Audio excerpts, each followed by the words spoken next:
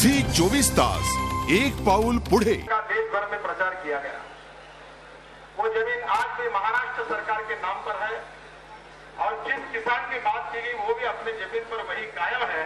फिर भी झूठ दिखा दिखाकर पूरे देश में मुझे बदनाम करने की कोशिश हुई।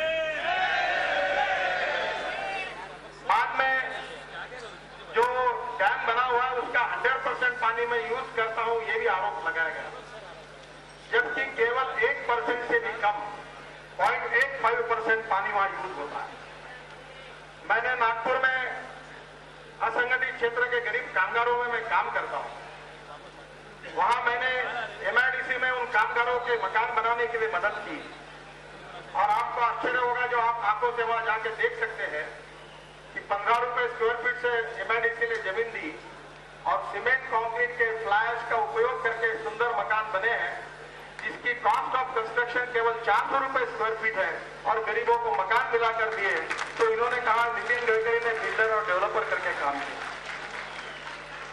विदर्भ में किसान आत्महत्या कर रहे थे और इसलिए विदर्भ के किसान जो है वो कपास और चावल लगाते हैं। 1 एकड़ कपास लगाई जाएगी तो इसका 15 से 20 हजार रुपए इनकम होता है और चावल लगाया तो 10 से 15 हजार रुपए इनकम होता है। और इसलिए विदर्भ में शुगर फैक्ट्री, गन्ने की फैक्ट्री शुरू होनी चाहिए, ऐसी कोशिश बहुत लोगों ने की। आज तक विदर्भ में 22 कांग्रेस और एनसीपी के नेताओं ने शुगर फैक्ट्री डालने की कोशिश की और 22वीं फैक्ट्री का दिवाला पीट गया और एक भी फैक्ट्री चल नहीं सकी। प्रफुल्ल पटेल जी ने कोशिश की, माणिकराव ठाकरे ने कोशिश की, बाबा साहेब जावड़ेकर जी ने कोशिश की, सुरेश देशमुख ने कोशिश की, मुकुल वासनिक जो अभी वर्तमान केंद्रीय मंत्री है, इनके फैक्ट्री का अभी 1.5 महीने पहले सुरेश देशमुख, मुकुल वासनिक और बाबूराव तिर्के, इन तीनों फैक्ट्री का एमएस कोऑपरेटिव बैंक ने ऑक्शन किया। विदर्भ के किसानों को अगर वो गन्ना लगाएंगे तो 1 एकड़ में कम से कम 60,000 से लाख रुपए एकड़ फायदा होगा। विदर्भ के किसानों की आत्महत्या नहीं होगी और विदर्भ के किसान मुक्त होंगे। इस भावना से हमने कोऑपरेटिव में ही एक शुगर फैक्ट्री डालने का विचार किया। न होने के कारण ये काफी घाटे में आया। उसके बाद में 225 करोड़ की लायबिलिटी आई। तब बैंकों का कर्जा चुकाने के लिए महेश्वर साहब को मैंने कहा कि यह बैंक तो हमको कर्जा नहीं दे, आप आज के नाम पर कर्जा लीजिए और हमें दीजिए ताकि हमारा वन टाइम सेटलमेंट होकर हमको मदद मिलेगी। उन्होंने 13% से ग्लोबल फाइनेंस कंपनी में जो कर्जा लिया था वो 14% से हमको दिया। 250 करोड़ रुपए का एसेट हमने मॉर्गेज किया और उसके बाद में अभी तक 62 करोड़ रुपए उनको 14% ब्याज से वापस किए, 40 करोड़ रुपए ब्याज के रूप में वापस किए और 22 करोड़ रुपए मुद्दत के रूप में वापस किए हैं। क्या इस देश में कर्जा लेना तो कोई बुरा नहीं हो सकता? बाद में इस फैक्ट्री के बारे में आरोप किया गया कि मैं महाराष्ट्र का जब 12 साल पहले मंत्री था तब मैंने कुछ गलत काम किए, इसके कारण मुझे ये मदद मिली। मैं मुंबई की जनता को पूछना चाहता हूं और ये मीडिया वालों को सवाल पूछना चाहता हूं कि मुंबई पुणे एक्सप्रेस हाईवे के लिए 3 टेंडर आए थे और लोएस्ट टेंडर 3600 करोड़ रुपए का था। मैं अगर लीगली दे सकता तो उनको दे सकता था। वो टेंडर मैंने रिजेक्ट किया और 3600 करोड़ रुपए का काम केवल 1600 करोड़ रुपए में करके महाराष्ट्र सरकार के और महाराष्ट्र की जनता के 2000 करोड़ रुपए मैंने बचाए।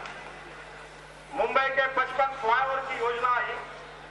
ये 55 फ्लाईओवर 1800 करोड़ रुपए की एस्टिमेट कॉस्ट थी। ये केवल 1000 करोड़ रुपए में बनाकर जनता के और महाराष्ट्र सरकार के 800 करोड़ रुपए मैंने बचाए। जो वर्ली बांद्रा सीलिंग प्रोजेक्ट है, ये आधा प्रोजेक्ट मेरे कार्यकाल में पूरा हुआ। लवग्रो ब्रिज और माहिम का ब्रिज पूरा हुआ, बढ़ाव पूरा डाला गया और अंदर का समुद्र का ब्रिज बनाने के लिए मैंने 421 करोड़ रुपए में कॉन्ट्रैक्टर जो हिंदुस्तान कंस्ट्रक्शन कंपनी को कॉन्ट्रैक्ट दिया और काम शुरू किया। सरकार बदल गई, 421 करोड़ का काम आज 1800 करोड़ रुपए खर्चा होकर भी पूरा नहीं हुआ।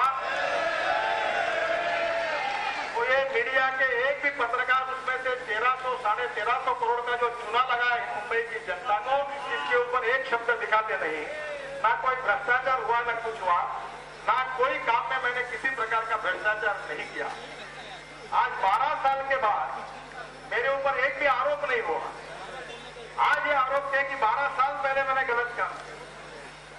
जो काम मैंने महेशकर साहब को दिया था उसमें से 60 करोड़ के, उसमें से 4 काम तो नेशनल हाईवे के थे जो दिल्ली में फाइनल हुए, और बाद में उनको जो काम मिले वो कांग्रेस एनसीपी के शासन कार्यकाल में बार बार मुझे बदनाम करने की कोशिश की गई। पूर्ति का कोऑपरेटिव मॉडल पब्लिक लिमिटेड बना, आज पूर्ति के एरिया में 70,000 एकड़ गन्ना लगा है और इस बार 200 करोड़ रुपए का मुनाफा किसानों के हाथ में जाएगा। 10,000 लोगों को रोजगार मिला है और पूर्ति में 12,000 शेयर होल्डर्स है। मुझे अगर मनी लॉन्ड्रिंग करना रहता तो मेरे और मेरे परिवार के कंपनी के नाम पर मैं 10, 20, 25 करोड़ रुपए जमा करता। 68 करोड़ रुपए की शेयर इक्विटी में मेरे और मेरे परिवार का शेयर केवल 1 लाख रुपए का है और बाकी 12,000 शेयर होल्डर्स है जिनके पास इस कंपनी के शेयर है। इसमें जिन लोगों ने इन्वेस्ट किया है उनके कंपनी के बारे में कुछ इरेगुलरिटी के बारे में चर्चा हुई है। मैंने आह्वान किया कि इसमें जो भी इंक्वायरी करना है करिए। मैं इसी में से किसी भी कंपनी का डायरेक्टर नहीं हूं, किसी भी कंपनी में मेरा 1 रुपए का शेयर नहीं है, और अगर किसी ने, आप में से किसी ने अगर मुझे 10 लाख रुपए चेक दे कंपनी में शेयर इन्वेस्ट किया तो 10 लाख रुपए आपने कहां से लाए, कैसे लाए, इसका जवाब आप दे सकते हैं।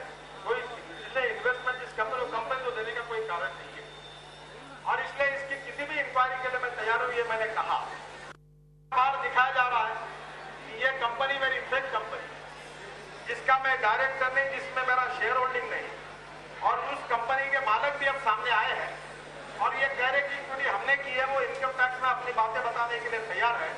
मेरा इसके साथ कोई संबंध नहीं होने के बाद भी बार बार मुझे बदनाम किया गया। मैं आपको बता देना चाहता हूं, मैंने 1 पैसे का भ्रष्टाचार नहीं किया है, 1 रुपए का मनी लॉन्ड्रिंग नहीं किया है, और भारतीय जनता पार्टी के कार्यकर्ता के नाते ईमानदारी से मैं किसानों के लिए अपने एरिया में काम कर रहा हूं। जैसे नानाजी देशमुख ने चित्रकूट और बाकी जगह कुछ चैरिटेबल ट्रस्ट बनाकर काम शुरू किया, वैसा मैं किसानों में वहां इथेनॉल बनाता हूं, bio fuel, bio diesel, bio fertiliser, organic farming, solar energy, अलग अलग विषयों पर मैं किसानों के पास टेक्नोलॉजी पहुंचाने का काम करता हूं, और 10,000 आत्महत्या करने वाले क्षेत्र में वहां के किसानों के लड़कों को रोजगार देने का काम किया है। अभी पूर्ति में 64 करोड़ रुपए का नुकसान है, घाटा है, और मैंने 14 महीने पहले पूर्ति से सभी कंपनियों का इस्तीफा भी दे दिया है और किसी की जिम्मेदारी भी मेरे ऊपर नहीं है। इसके बावजूद बार बार ये सब इसलिए शुरू है कि कांग्रेस पार्टी भ्रष्टाचार से लिप्त है। अगर मेरे ऊपर आरोप हुए तो मैं अगर इंक्वायरी के लिए तैयार हूं, तो मैं कांग्रेस पार्टी के दामाद पर आरोप हुए वो इंक्वायरी के लिए तैयार क्यों है, ये सवाल पूछना चाहता हूं।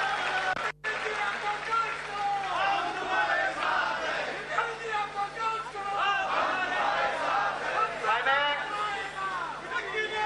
सरकार से 1 रुपए की मदद नहीं ली, सरकार की 1 फुट की जमीन नहीं ली, सरकार से कोई फायदा नहीं लिया, मेरे राजनीतिक पोजीशन का मैंने कोई उपयोग नहीं किया। एक सोशल एंटरप्राइज करके पूर्ति के रूप में काम करने की कोशिश की, पर कांग्रेस पार्टी ने 4,38,000 करोड़ का भ्रष्टाचार किया है। 1,76,000 करोड़ 2G स्पेक्ट्रम में, उसके बाद में 1,86,000 करोड़ कोलगेट में, और 76,000 करोड़ कॉमनवेल्थ गेम में। ऐसा सीएजी ने निकाला हुआ आंकड़ा 4,35,000 करोड़ का है। झी 24 तास, एक पाऊल पुढे।